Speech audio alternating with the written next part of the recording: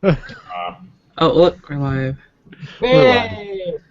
It's an amazing Atomic Trivia War 9000 movie night. I'm your host, Jason Hawk. With me tonight are the big three from Toronto, Kevin Archibald. Yo, what up, gangsters? From Seattle, Rochelle Mantanona. What's up? And from Costa Rica, Omar Hernandez. No, Kevin. Just no. Everything. No. We're going to talk about the 1980 film, the 1989 film, Her Alibi, starring Tom Selleck and Tom Selleck's mustache, and Corey Matthews' next-door neighbor, Mr. Feeney, and some hot Czechoslovakian chick. But first, I want to talk about Lionheart. Lionheart. That's the 1990 martial arts film about Jean-Claude Van Damme and his quest to save his family by fighting in the Los Angeles underground. I watched it. Ro watched it. Kevin didn't watch it. Omar didn't watch it. As a matter of fact, that was supposed to be our last movie night. Kevin was off for the night, so he's excused, but Omar totally stuck a banana up his tailpipe. He watched the wrong movie. They're all the same, dude. In my defense, they're all the same movie. Every single one of them. What movie did you end up watching instead? Was it Double Impact? Double Impact. So I want to know, Omar, did you watch Her Alibi tonight, or did you watch So I Married an Axe Murderer? Because there was some chatter last night online that you might have watched the wrong movie. I totally watched. I think. The Alibi one. Okay, it's about the dude that gets with the girl that he thinks it's a murderer. Maybe. Did Right? your movie have Austin Powers in it, or Magnum P.I.? Which one's which? No, just answer the question, Omar. Remember, you're under oath. I that glorious mustache. I mean, you can't miss it. Okay. All right. Very, very good. So I think that we're all on the same page. Her Alibi, 1989, 5.6 out of 10. I think that is a criminally undersold score on IMDb. I think it should be much higher than that. It only gets 15%, though, from critics on Rotten Tomatoes, 44% from audiences. I think probably that I'm going to be in the minority tonight. I have a feeling that we're going to go 25% positive rating from me. I think all of you are going to have hated this movie. We'll find out very, very quickly. I think we're going to establish that right now.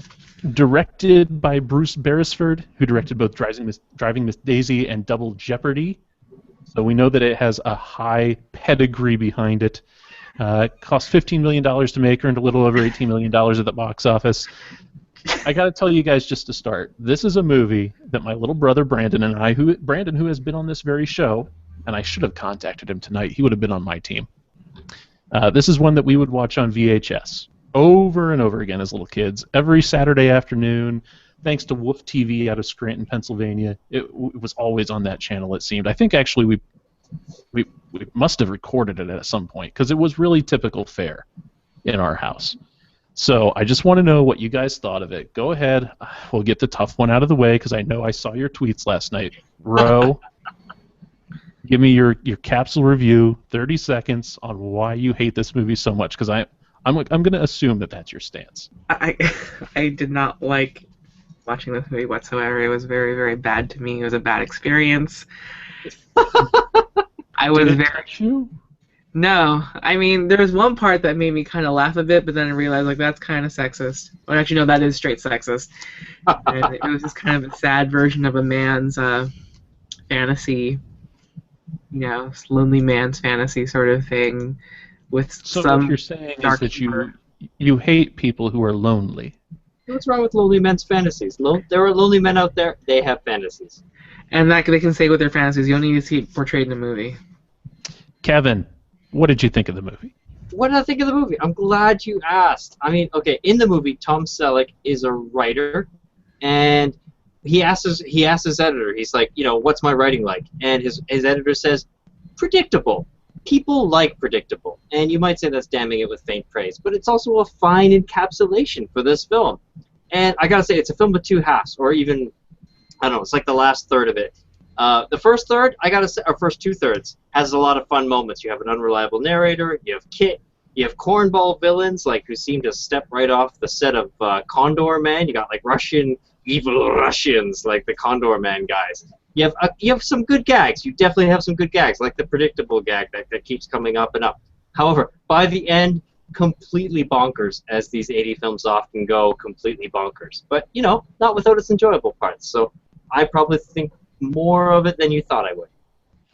By the way, Kevin, I stuck the summary in the chat box there, so we'll get to that right after we go to Omar. Omar, what did you think of the movie? I actually liked it.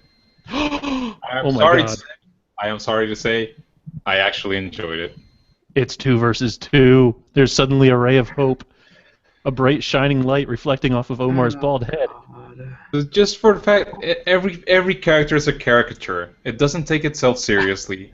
There's like all the slapstick like comedy with it. The story, I mean, it's there. I mean, it's not gonna win any awards. It's not like a good showing of what the '80s made for film. But it's watchable. I mean, it's entertaining, and if you go again, what I've always said, if a movie's entertaining, that's its purpose, entertain people. So if it did, it's a good movie, and so that's my verdict. Fair enough. Now, I think that we'll get into that a little bit more, and I'm willing to listen. I'm willing to slide on this a little bit. I know, Ro, that there are some things that you hated about it. We'll talk about that. Kevin, I'm sure that you have some very compelling things up your sleeve. We'll get to that, though, after we get a synopsis and some trivia. So, Kevin, hit us. What was this movie about? All right. His detective novels are crappy. His mustache is legendary. His sex drive is fully operational. Tom Selleck is Phil Blackwood, cheap pulp mystery author in search of plot inspiration. When he finds a sexy European woman up on murder charges, he lies to the police to get her out of jail and takes her home. But is she innocent, or a trained communist killer? Trained communist killer. Will she turn on old Tom? Is she real? Can you trust her or not? Faux Spence flick tonight on Atomic Trivia War 9000. Well, fired, Kevin. I apologize. I'm going to give it to the Costa Rican next week. We'll see how he does reading the I English recommend language. that. He's probably had less. See, okay, a lot of it has to do with how long it takes us to get going. Because, as you know, I like to pour myself a beer when we get going, and if it takes us a lot of setup time, the beer's like gone, and so am I. And your choppy audio because of your green screen also has something to do with it, probably. Yeah. Just Probably. If we're going to talk about drinkspiration, let me go ahead and throw something your way, because this is my new baby, and I'm going to hold it up here so that you can see it at home. It is now empty. This is a mason jar cup, and it was previously full. About a third of Diet Lime Coke, and then on top of that, the rest of it with the Jose Cuervo lime margarita mix. Not just the mix, but the stuff that already has the tequila in it, and then a lemon and ice. So you are a hipster Californian girl redneck. That's what you are right now, dude. It's delicious Diet because it's lime Coke. It is both bubbly and alcoholic. That sounds disgusting. Yeah, Okay. it's truly, truly delicious. So that is what I have been drinking here lately. So if I stumble over my words, you will understand. Kevin, we'll throw you a bone this time. I understand the drunken aspect of your reading there. Okay. Let's get into the trivia. I've got 10 questions for you. They all relate somehow to this movie. You'll find out that there's a pattern real quick. I am a huge, huge fan of Tom Selleck. I think that he is a man's man. I think that he is, he was supposed to be Indiana Jones at one point. How can you hate somebody who was supposed to be Indiana Jones? Question number 1, and this is a free-for-all, by the way. Anybody answer when you know the answer. An annual funeral of Grimaldi, celebrating a famous 19th century clown, is depicted in her Alibi. In real life, it's held each February in All Saints Church in what city? New Orleans? That's a fine guess. All Saints Church in what city? New York City? Paris. Yeah, it's probably somewhere over there. Rose getting closer. Ramona? Rome? London is the answer. London. Okay. Number 2, Tom Selleck is most famous for playing Magnum P.I. That's Magnum 3.14. You can get 1 point for naming each of the 3 top-billed side characters who often helped Thomas Magnum in his exploits. Oh, The butler dude? Higgins? Higgins? Higgins. Yes. Someone who has initials like TJ or something like that. You're real close. CJ. CJ. BJ. Now combine your answers. Find a portmanteau, and you will be there. TC. TC. TC. Yeah. Can you get the third one? His Ferrari Testarossa. Who's the third one? Rick. Oh, Rick. Okay. Rick. Was Number it a three. Testarossa or a Diablo? That was a Ferrari. It was a Ferrari, but it was a custom-made one for the show, I believe. Hold on. We'll look it up. Magnum Ferrari.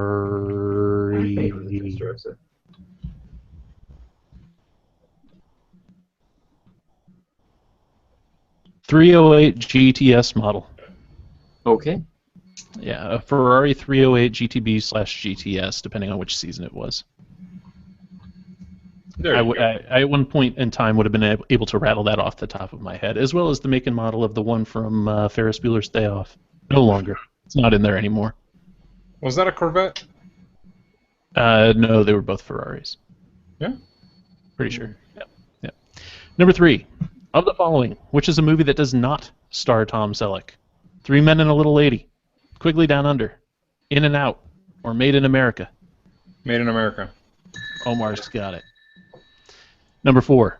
Selleck has starred as Jesse Stone in 8 made-for-TV movies based on the detective novels of Robert B. Parker. Name any one of those titles. Any of the 8 made-for-TV movies. All you gotta do is hit one. A Dame to Die For. No, I don't think we're going to know. They all sound very much like the novel titles from Castle. I mean, there's definitely a formula that goes on into the detective novel. I can't say anything. I'm actually looking at his IMDb page right now because I just want to see what other things he's been in that I actually enjoyed, and it's a very small list. Stone Cold, Night Passage, Death in Paradise, Sea Change, Thin Ice, No Remorse, Innocence Lost, Benefit of the Doubt. Yeah, no. No? Okay. No. I was a Columbo guy. Parents both seem to like the Jesse Stones. Number 5. This Soviet bloc nation, today a presidential republic and a major exporter of electricity, is the home of the character of Nina. Romania. Romania. I think all 3 of you got that one. I didn't even say it. I'm saying it. Like, You got it. Number 6. Pola Porskova was nominated for a Worst Actress Razzie for her role in her Alibi in 1990. But she lost to what famous actress who, while married to Tommy Lee of Motley Crue, starred in Return of Swamp Thing? Pamela Anderson? Pamela Anderson? It was not Pam Anderson, another wife of Tommy Lee's. Oh, I know who it is. It's her from Melrose Place. Oh, Blumenek. Was it the It blonde is her one? from Melrose Place. Yes. Tiffany all- and Is it like Heather or something like that? Heather Locklear. Heather Locklear. Heather Oh. Locklear is the answer. Number 7. The Soviet Union collapsed 2 years after the release of her Alibi. Coincidence? I think not. When this man seized power in the aftermath of a failed coup that had attempted to topple reform-minded Mikhail Gorbachev. I was going to say Gorbachev. The real question is, who seized control from Gorbachev? Boris Yeltsin? You've got it. Boris Yeltsin is the answer. Oh. Number 8. 1 point to whomever guesses closest to Tom Selleck's age at the time of this recording. Right now, tonight. 42. 45. 60. Oh my. $1. Now here's what's Wow. really interesting. Kevin says 42. Rose says 48.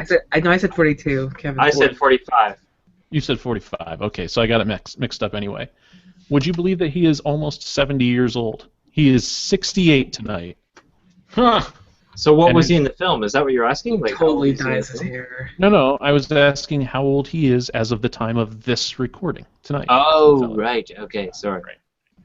He was born in 1945. Wow. So he has aged very well, I believe. No, he just dyes it. He dyes his hair. So, well, look at him in Boston Legal, which was only a few years ago. I mean, he was still he looked like a big, strong. I don't remember him in Boston Legal. Oh, that's sinning words right there. We're gonna have to sit down and watch some stuff. Remember, he was Ivan. I don't remember him in Boston Legal either, to be honest. He It's a long married time Joey ago. Schmidt. Oh, he does look like he's aged well. He has aged well. Number 9. William Daniels plays Tom Selleck's publisher.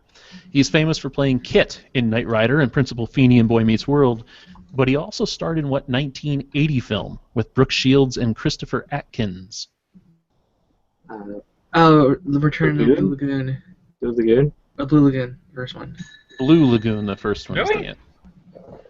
Yes, sir. Number 10.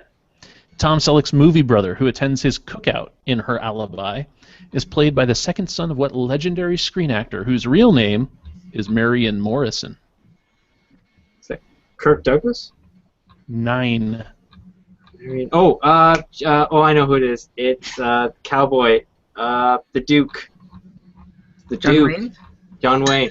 John Wayne. It's John Wow. Wayne's son with the ponytail and whatnot at the cookout. Must be so proud.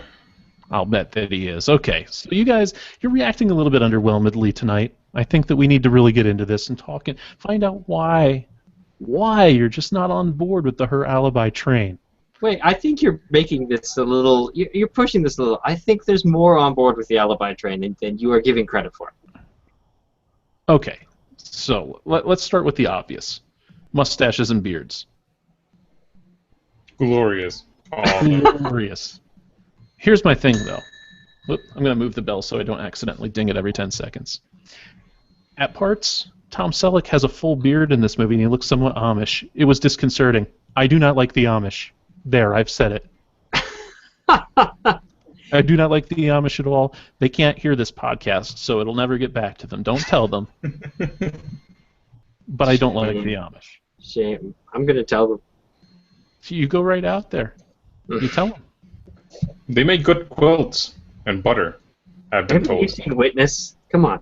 Witness. You know that I live in Ohio, right? And they're all over the place. They're just everywhere. I almost hit about 4 Amish buggies when I was driving across the state the other week.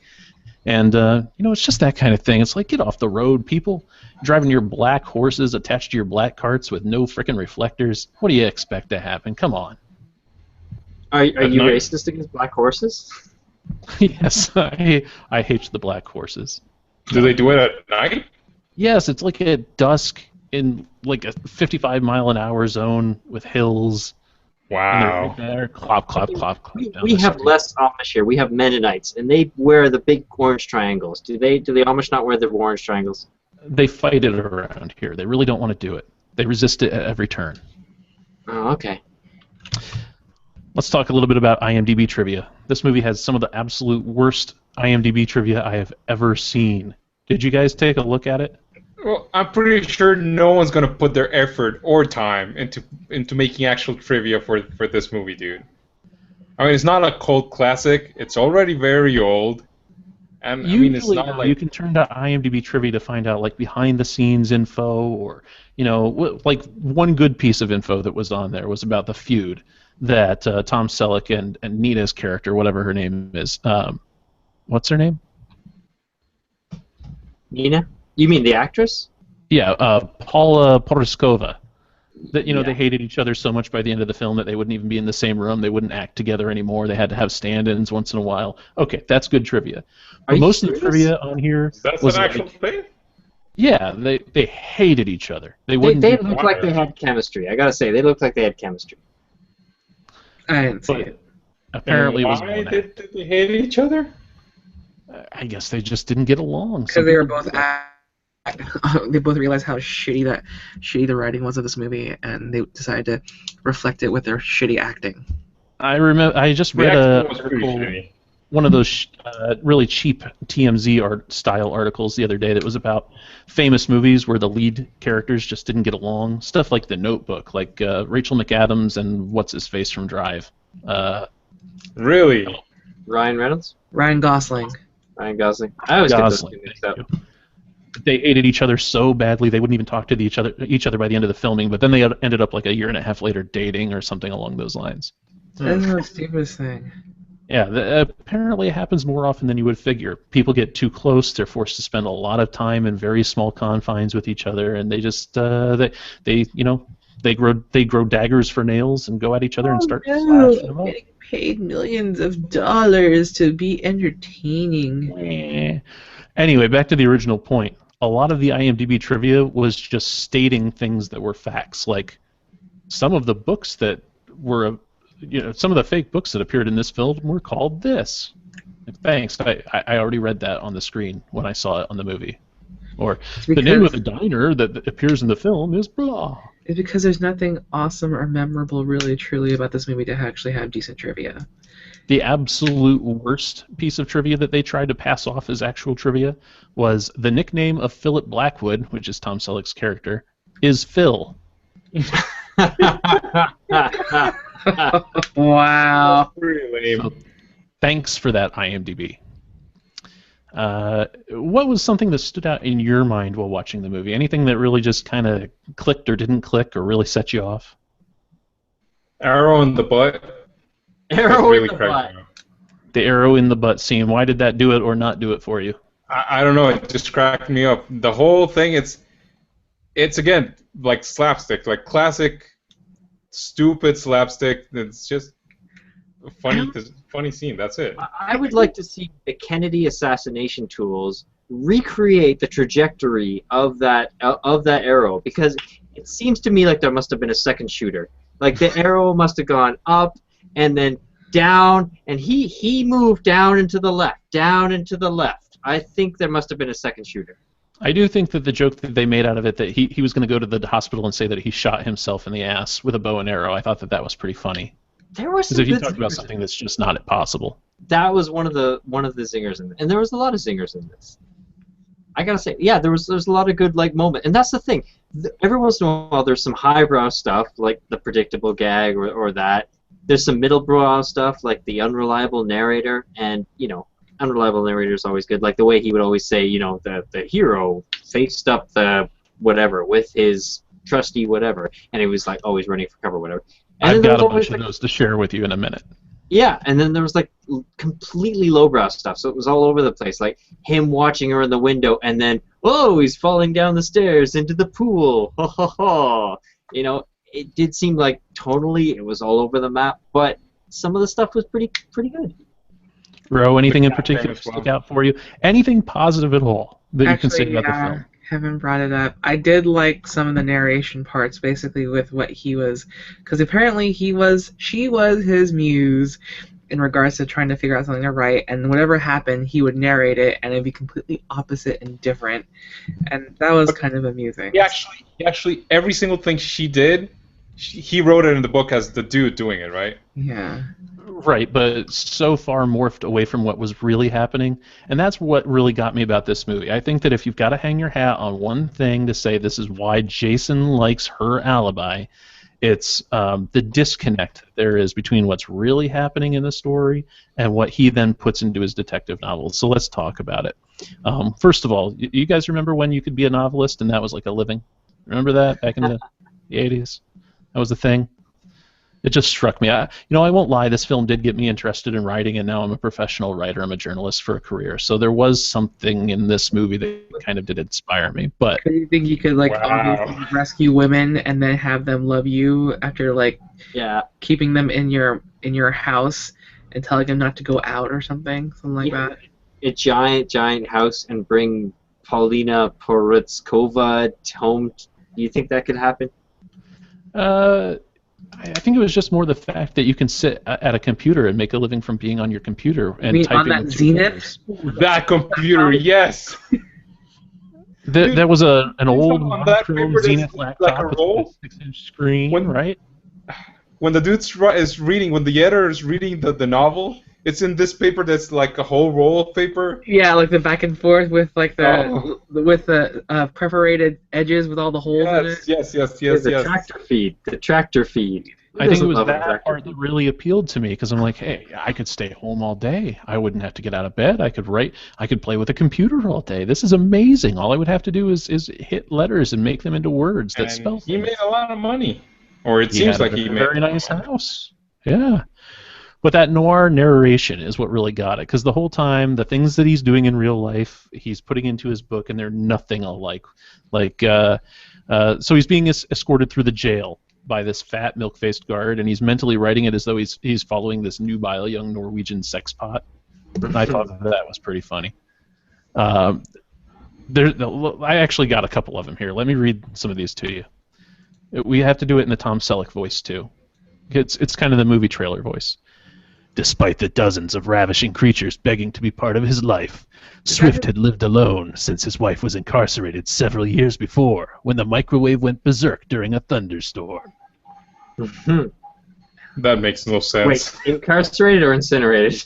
Incinerated, sorry. Oh, okay. Now it makes sense. Makes more sense, right? Here's the one about the arrow. The cold steel shaft of the arrow pierced his sinewed shoulder. The pain would have been unbearable for the average man, but Swift simply pulled it cleanly from the wound. As he lifted the 400-pound weights above his head, he was in agony, but he bore it in silence.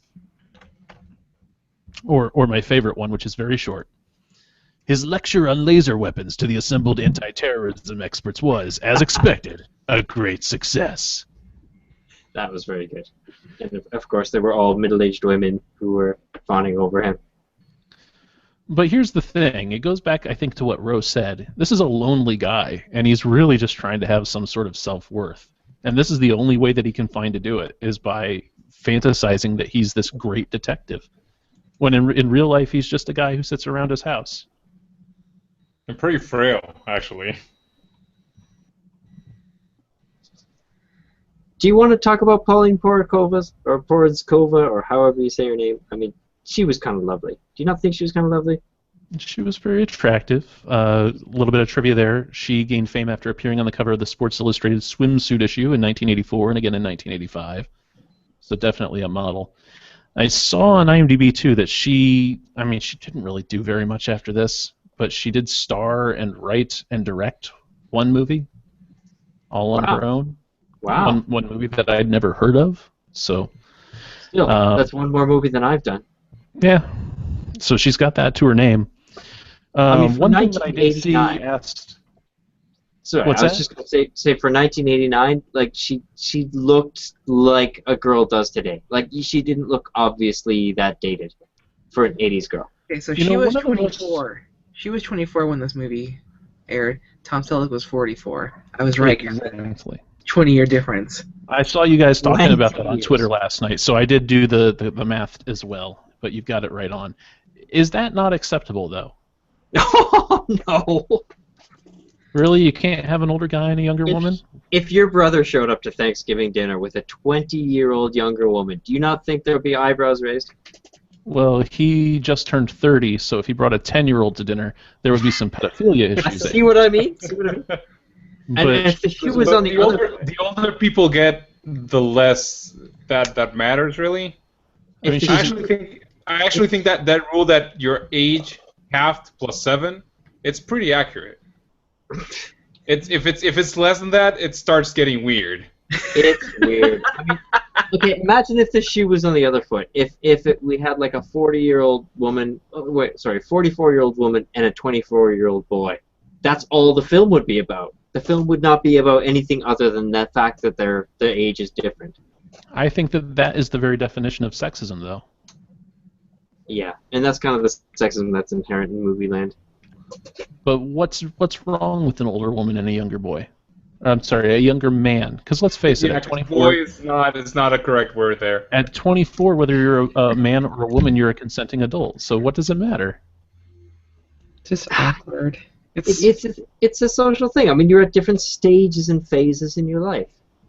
And 24, you're just getting out of college. Okay, number one, it was awkward because he was an old divorced man, basically on his last limb of trying to get a novel that his publishers liked, and he couldn't come up with anything good. So what did he do? He goes to a court and he basically tries to find some sort of story to copy, and then he sees this young young, nubile, exotic looking. He even says exotic so many times about her in the freaking movie, in the book, and she was just like, that's his muse, and like, oh, she's so attractive, I'm so taken aback by her, and I must have this girl, I must save her, I must be the White Knight.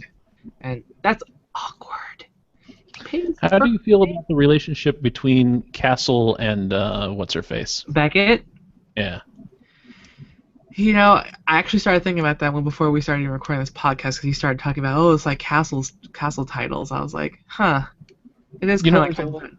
You could look at a lot of parallels for Castle. He does kind of the same thing in his novels. He takes his inspiration from real life. There's not as much of a gap. There's not the hilarious gap where it's pathetic things that he does that he translates into really, heroic, masculine, that kind of thing, macho actions for his character. But I did just check the age here. Nathan Fillion is 43. Stana Katic is 36. The age gap isn't quite that big, but still. At all. 7 years between them. Is that acceptable? I'd say that's acceptable.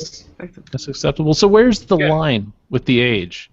You go with formula. If you're 40 divided by 2 is 20 plus 7, 27. There you go. Okay. 4 divided by 22 plus 29. So technically, yeah, she's 5 years too young. You could tell that the relationship between the two of them really bothered you, Ro, because I got a couple of your tweets here that are captured. I'm going to read them real quick. Go for it. Ro tweets, fantasy harp music to hair-cutting borderline silk stockings fodder. And I loved that tweet. That was funny. Any reference to silk stockings is going to get a chuckle. It's true. It took me for a second to think of the term silk stockings, because it's been such a long time since I recall that sort of stuff. I was like, oh my god. But no, it was... Can you tell me that was not an awkward scene? So awkward. But you know okay, what for a guy going to get your hair cut is awkward anyway, because let me tell you this, that hair cutting scene has stuck in my mind for the past 30 years. Because when I first, well, probably not 30 years, 25 years or so since I saw this movie. Every time that I go to get my hair cut, of course I'm going to get some, I'm not going to the barber, I'm going to the salon because I'm a manly man. And the girl comes over. It's never a guy. It's always a girl. She comes over, and she ends up squeezing her breasts up against me, rushing up against me. And you're like, should I feel awkward or not? Right? Is this just what happens to everyone? But that scene is always stuck in my head, because when she is cutting Tom Selleck's hair, he's like, hey, this isn't bad at all. This is pretty good. But then he's also getting scared because he thinks like she's going to... He thinks that she's going to stab him or kill him with the scissors. And it was like he was borderline scared but borderline turned on, and that was just really horrible. Why is that horrible? Figured out, it's weird. Am I the only one that didn't notice the age difference? Because I didn't take that into account. Now, until now that the three of you talked about that.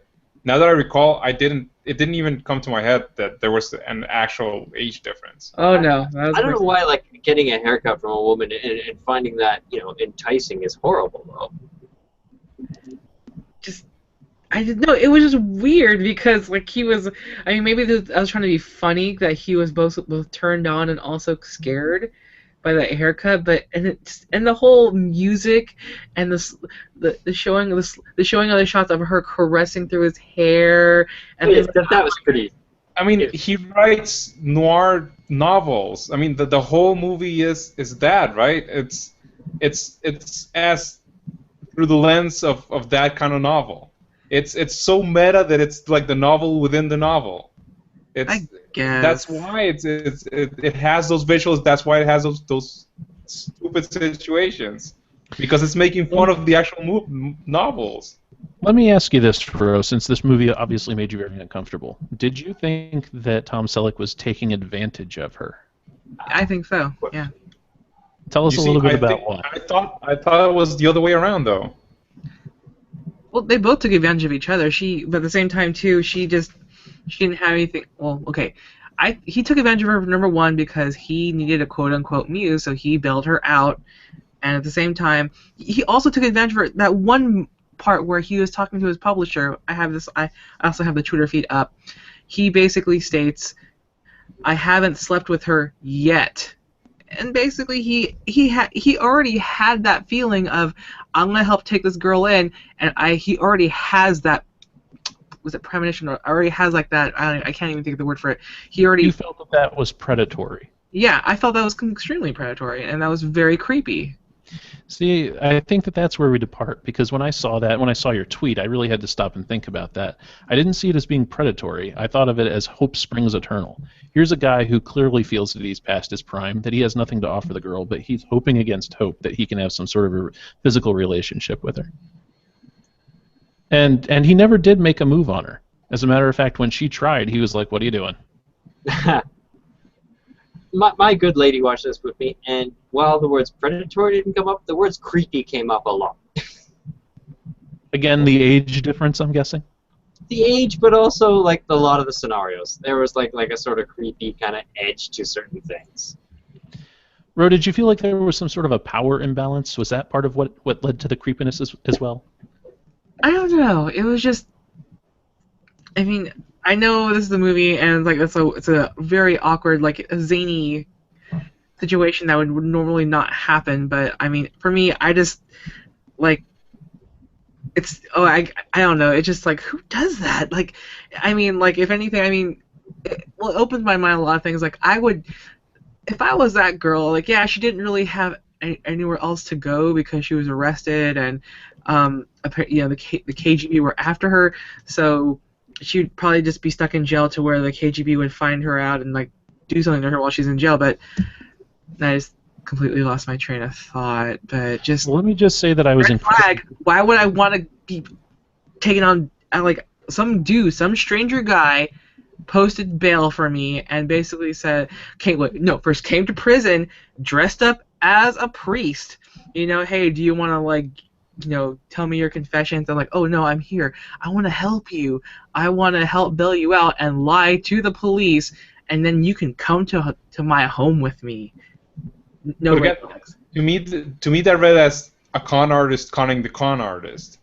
Because again, for me, she had all the power. She had the secret, and between the both of them, she was the one that's going to kick his ass. This is true. Okay, because she first started walking off. She was not going to be able to do jack shit. It was like, yeah, right when they got out of jail, she did walk off, basically goodbye, until she saw like that KGB guy. That she's like, no, I will go with you. Then she played him. She played him. The whole thing is she played him. Now, I was so surprised last night, Ro, at the venom that you had when you were tweeting about this, that I spent an awful lot of time trying to see it from your perspective and thinking about it. But all that I could keep on doing was coming back to Big Trouble in Little China, which I know is surprising. But I kept on thinking that this movie has so much in common with Big Trouble in Little China. If we're going to talk about power imbalance, then Nina is the real protagonist of this story, while Tom Selleck was the bumbling, self-promoting Jack Burton. That's what I saw the whole time. That makes sense. She was always in control. She was the one with the skills. She was the one, like Omar said, with the secret. She was clearly able to kick his ass anytime that she wanted to. She was the one that was moving the plot along while he was just trying to follow it and figure out what was going on. And like I said, hoping against hope that it would lead to some sort of thing with her. Okay, so but we realize that she's obviously the protagonist if that's the case, but like it mostly focused on him and his narrative though. So I guess that's where like that's where it just was just kind of weird for me. So I don't know, it's. Kevin has used the term unreliable narrator a few times, and I think that that's why it was focused on him and not as Nina as the main character, because we needed to not be able to tell whether she was a killer or not a killer. There was that dash of "So I Married an Axe Murderer" thrown in there. But it's also called her Alibi. The other way around, though. So it's about him. I don't know. Just really, really awkward. I have a series of questions that I have written down about this film that I would like an answer to, and maybe, Jason, now is the time that you can answer some of these questions. Shoot, sir. Question number one. How does the truck move forward, in which she nearly runs him over in the garage? Because it's automatic. This is a good point. It's Question automatic. number two. It bucked forward, though. She either had to reach over with her foot and step on the gas, or it slipped into some high gear. No, it can be. No, that kind it of can go on drive. It can go on drive, and it can be a V8 with a very powerful engine. No, it basically. So do you think that was a mistake or not? Because at that point in the movie, If you were seeing it for the first time, you still didn't Just know to what it was. advance the plot. It doesn't make any sense. It's Doesn't- just doesn't so make any to put the idea there that hey, something weird's going on here. All I would right. be very comfortable with pigeonholing that as a plot hole. How does the truck move forward? But Why does he fall in the pool when he's watching her in the window? That's my next question. He was like just watching her in the window, and then suddenly, whoa, he's falling in the pool or near the pool or whatever it was. It was like for no reason. We need I got, question number 3. Where does the hair go from the haircut? When it pans out, there's like no hair anywhere on the floor.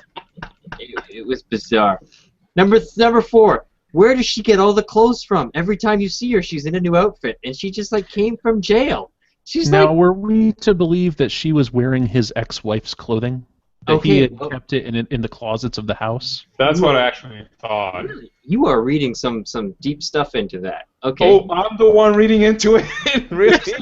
With the movie that he is There alone. is no hair on the floor. Deep relationship that he had in the past with his wife, he lost that. This is the kind of guy I think that plays out his personality profile, is that he needs to hold on to a relationship. Wait, you think that she's not dead. She divorced him, which means she should take her clothes with her. She doesn't leave it all behind. Dude, he seems like if you go into the cliche, he's a complete beta man. I mean, he is not the dominant part of the relationship. He's the one that's gonna have all the regrets. He's the one that's gonna have all the attachment issues. He's the one that's gonna cry while holding the last pillow that has her scent. He is that guy. He's not an alpha man. All right, I'll give you that. I got more questions. About this film. Okay, at the end, they all go to get their stomach pumped. Nina comes back to say goodbye. Her friend drives her back and is waiting outside while Nina's inside and reads an entire novel. She reads an entire novel while her friend is waiting outside. How long was her friend waiting outside while she read this novel? Are you sure she read the whole thing, or just skimmed through it, or just read a chapter? I think she read the whole damn thing. I don't think she did. Do you know she did? Did she tell him at some point that I read the whole thing, and now I know she you pretty were much writing? she asked her questions about things that happen through the entire film, and the entire film is like a novel. Maybe she just read a couple of chapters. I think you're reaching there, brother. I don't know about that, but the whole stomach pumping scene, refresh my memory for me, because I haven't seen Christmas Vacation in quite some time. It got cliche and I stopped watching it. But was there not an exact replica of that scene? Did the whole family, the whole Chevy Chase family, the Griswolds, not go to get their stomach pumps in that movie? I don't think they did. Not Christmas Vacation, no. Christmas, no. What movie am I thinking of that had a stomach pumping scene because everyone thought that they had been poisoned? Probably there one of something the that- moons. Was there something that we watched? No. Because I kept on thinking this is Definitely like not something we stolen watched. from somewhere. No. Listeners I don't can think help us so. with this. There are certain things that are borrowed. Like that whole thing that she kept doing with the knife throwing to the bug. To that If you- big ass bug that probably does not exist in that sort of area. No, it doesn't. You're right. Okay, but have you seen the Shane Black film? Long Kiss Goodnight. No. Yeah, the one with Gina Davis? Gina Davis and Davis, Sam yeah. Rockwell. And she has like the whole amnesia thing, and is she the killer? In fact, there's a lot of parallels with this film with that because it's all like, isn't she a killer, etc. Anyhow, Right, but that she movie keeps, was 7 years after this one. That was 1996. Yeah, Yeah. I'm not saying that this copied that. I'm saying that copied this. Anyhow, Okay. she keeps doing that thing where she like throws the knife and it like sticks into stuff, and then she's like, I must be a chef. Chefs do that, right? And she's awesome with the knife, and she doesn't know why she's awesome with the knife. And surprise, surprise, she's an assassin. Spoiler alert. Anyhow, my last question: where did they get the clown outfits? All of a sudden, Tom Selleck and all his friends have The clown clown outfits. store. Whatever clown store they can go to. So Do they you took- not have a clown outfit, Kevin? they took time to go because it just seemed awful quick. It seemed like, look at this piece of paper. This is where they're going, and then next thing you see, they're all in clown outfits, as if they just ran to the closet and went there in these amazing clown outfits. Kevin, I know you get confused sometimes, especially when liquor's involved, but this is not a documentary, right?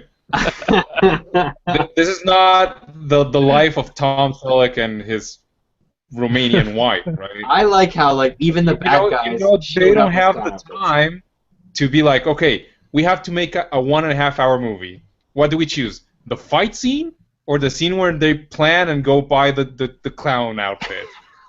What do you think is right now on the editing floor? I like how at the end it just went completely bonkers, and a lot of 80s films do this, where they commit to an idea, and then it's like the last scene for whatever reason is in whatever, they're all running around a spaceport, or they're all running around, and in this one they're all running around a blooming clown convention, all dressed as clowns. The KGB are clowns, the police are clowns, Tom Selleck's a clown, everybody's a clown. And by this point, you just accept it. You're like, whatever. Part of the reason for that is because the writing structure in a movie like this is slightly different from most movies. Most movies, you're used to having it in 3 evenly divided acts. The first act sets up the background of what's going to happen. The second act raises the climax up, and the third act solves the climax, and then everything gets wrapped up. Well, in a movie like this, when it's isn't she a killer? Isn't she going to kill Tom Selleck? Is she a good guy? Is she a bad guy? They try to push that as far toward the end of the film as possible to draw out the suspense, so that resolution scene gets packed into a very, very short time frame, which is what you see happen here. And like Omar says, they're not going to dedicate 10 minutes to showing, oh, well, he's going to go to the costume store now, and we're going to have a montage of him trying out the 6 clown costumes until he gets the one that's just right, the one with the polka dots. And then he goes to the funeral of Grimaldi scene. They're not going to do that. They're just going to jump and say, okay, he's gotten a clown costume. Maybe he beat up a clown in the back of the circus.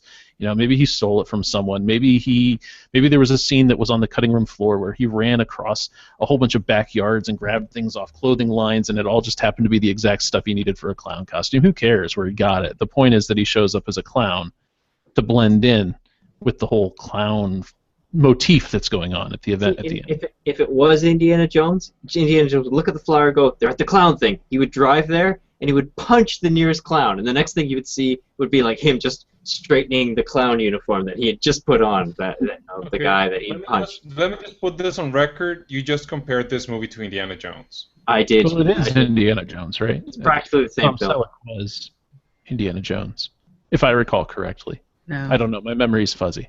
No. You said something about Citizen Kane as well, I think. And Shakespeare. This is definitely Yes. Shakespeare. Can we talk about the dead cat? Because the dead cat, I thought the dead cat was great. So That scene was hilarious. I thought it was hilarious. There are 2 thoughts on the dead animal / dead child motif. What are you going to do? A lot of movies stray away from it because the old trope for the longest time has been you never kill the family pet. But once in a while you can do it, A, for comedic effect if you do it the right way. Whether this movie did it the right way, I'm not sure. I thought it was You can great. also do it sometimes to kind of up the stakes, like, oh, they'll never kill off blah-blah-blah, but then they kill the cat, and you're like, oh, now everybody's life is in danger. They're taking this seriously.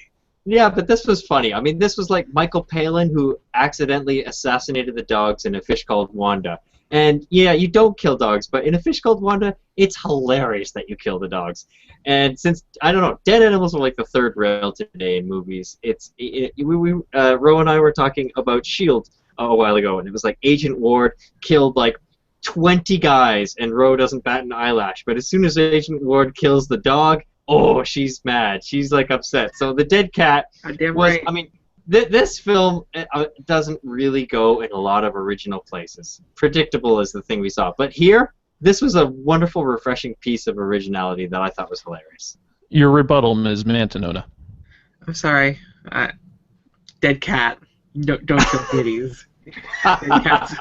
Don't kill kitties. That's all I got. So you're going to rest on your laurels there. They poked it, and it was like ringered, and it all moved. It was hilarious. I thought it was funny. I honestly thought it was funny as well. No, I don't like seeing dead kitties. That makes But it's not a real dead cat. It doesn't matter. It doesn't matter. I don't see like Chucky and think that dolls can actually do that. I know it's a fake You never doll. know. You never know. Yeah, but when you watch The Oh, Godfather, no. it's a real dead horse in The Godfather, just to give that away.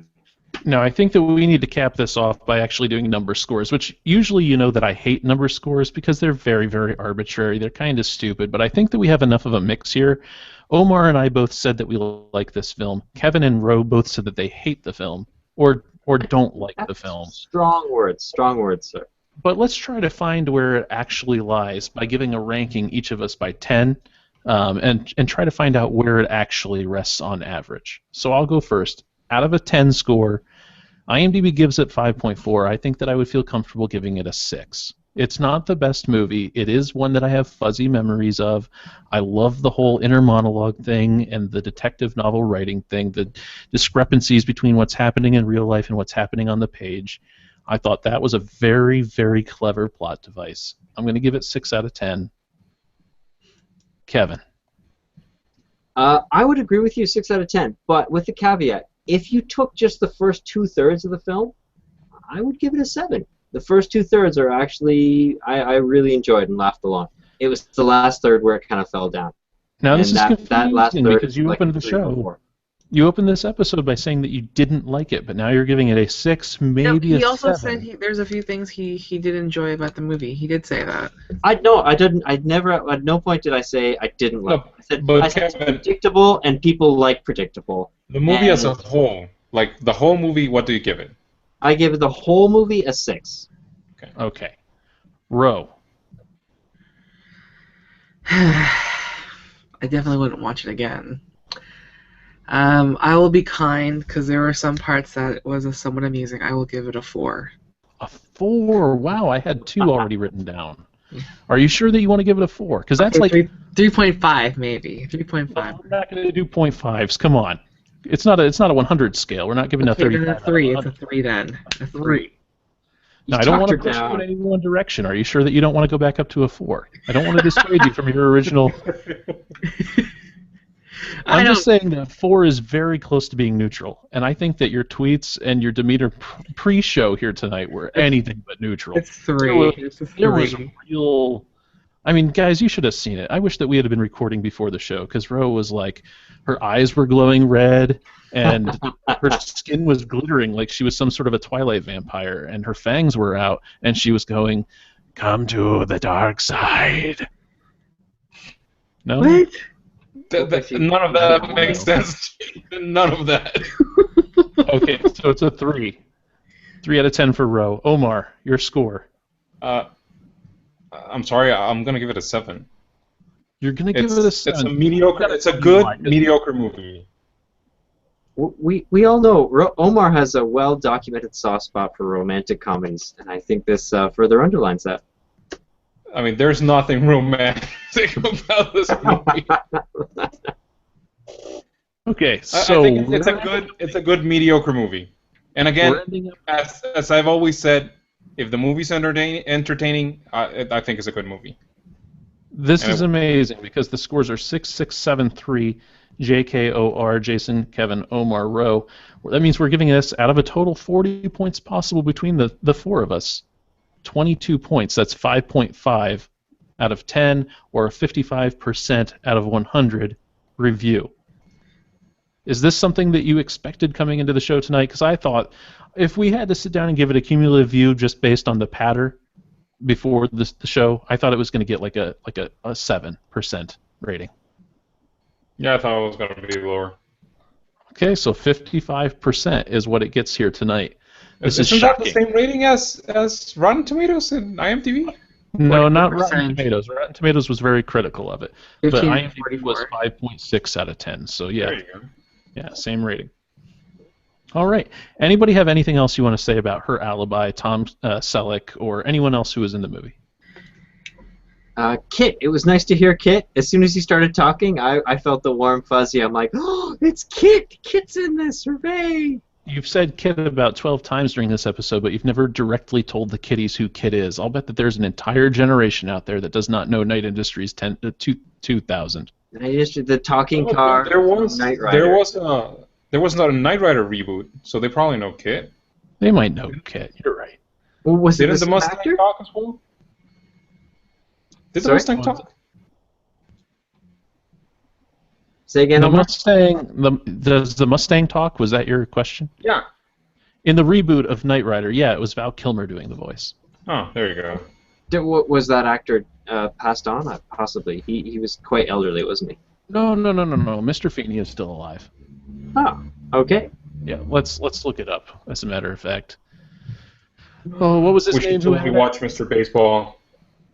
Mr. No, Baseball. I'm good. William Daniels. I'm Tom Selleck out. William Daniels, born 1927, still alive. Yeah, still alive. He's good. He might have to make an appearance on the annual Jason Hawk death list, though. You know how Lisa and I play the death pool each year? Yeah. Mhm. Who's winning this year?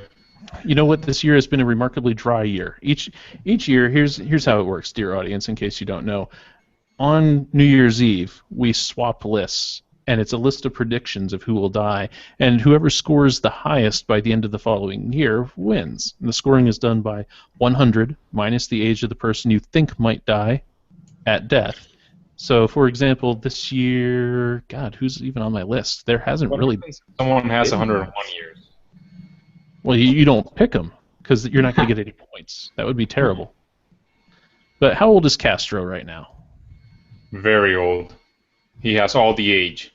All of it. Fidel Castro is 88. So if he were to die right now and if he were on my death list, I'd get 12 points. So Mr. Feeney might have to go on there. He might. He's getting advanced in age. Yeah. Anyway. That's so you're saying you haven't won many this year, though? I think between Lisa and I, we've only gotten 3 total. Oh, Jason, I'm sorry about your loss, buddy. Yeah, well, I think I'm still going to win. I'm a winner. That's what I do. Okay. Yeah. I think that this is probably a place where we're starting to fall off a little bit. So let's go ahead and that place was long time ago, dude. Long That would time basically ago. win. Hello, Atomic Trivia War listeners. Oh, negativity. Let's wrap this up. SimplySyndicated.com is where you can get other podcasts. We really like other podcasts. We like Masters of None. We like Starbase 66. We like lots of stuff. There's all kinds of geek-friendly podcasts over there. So visit SimplySyndicated.com and check it out. You can also visit us on Facebook at facebook.com/ATW9K or tweet us at @ATW9K. What other kind of things can you do? You could, Jason. yes, Omar? Your memory is so bad. Is your memory terrible? You tell me I could register a domain for very cheap. Say that you wanted to register the domain www. Her Alibi is the best movie ever, and I don't really understand all the hate that it gets. Tom Selleck's mustache is amazing, and I really just want to have sex with him in a very gay way, and I'm okay with that. .com, .org, asm.net. You could do that. You could go to GoDaddy.com and register that domain, and you could use the code Trivia129 at checkout. You could get that domain for £1.29, or that's like a $1.99 American. You have to use the code, though, Trivia129 at checkout. Or let's say that you register a whole bunch of domains like JasonIsAwesome.com, Jason Doesn't Suck No Matter What Kevin and Ro and Omar Say.com, 30 such domains. You could use the code Trivia30 and get 30% off your entire order. And then we get a little taste of that money. And it might help eventually at some point, maybe, hopefully, possibly, if we get enough of those kind of code users, buy something like Mixer that might help solve some of our shitty sound problems. Maybe? Possibly? Yeah, you dream on, son. Dream on. Keep your hopes up, dude. That's the last thing you lose. Thank you for bringing that up, Omar, though. That was very helpful. So I think that is everything for tonight. We'll see you next week with another episode of the Atomic Trivia War 9000. Everybody have a great night. See ya. Don't watch this movie. Cheerio. It's not that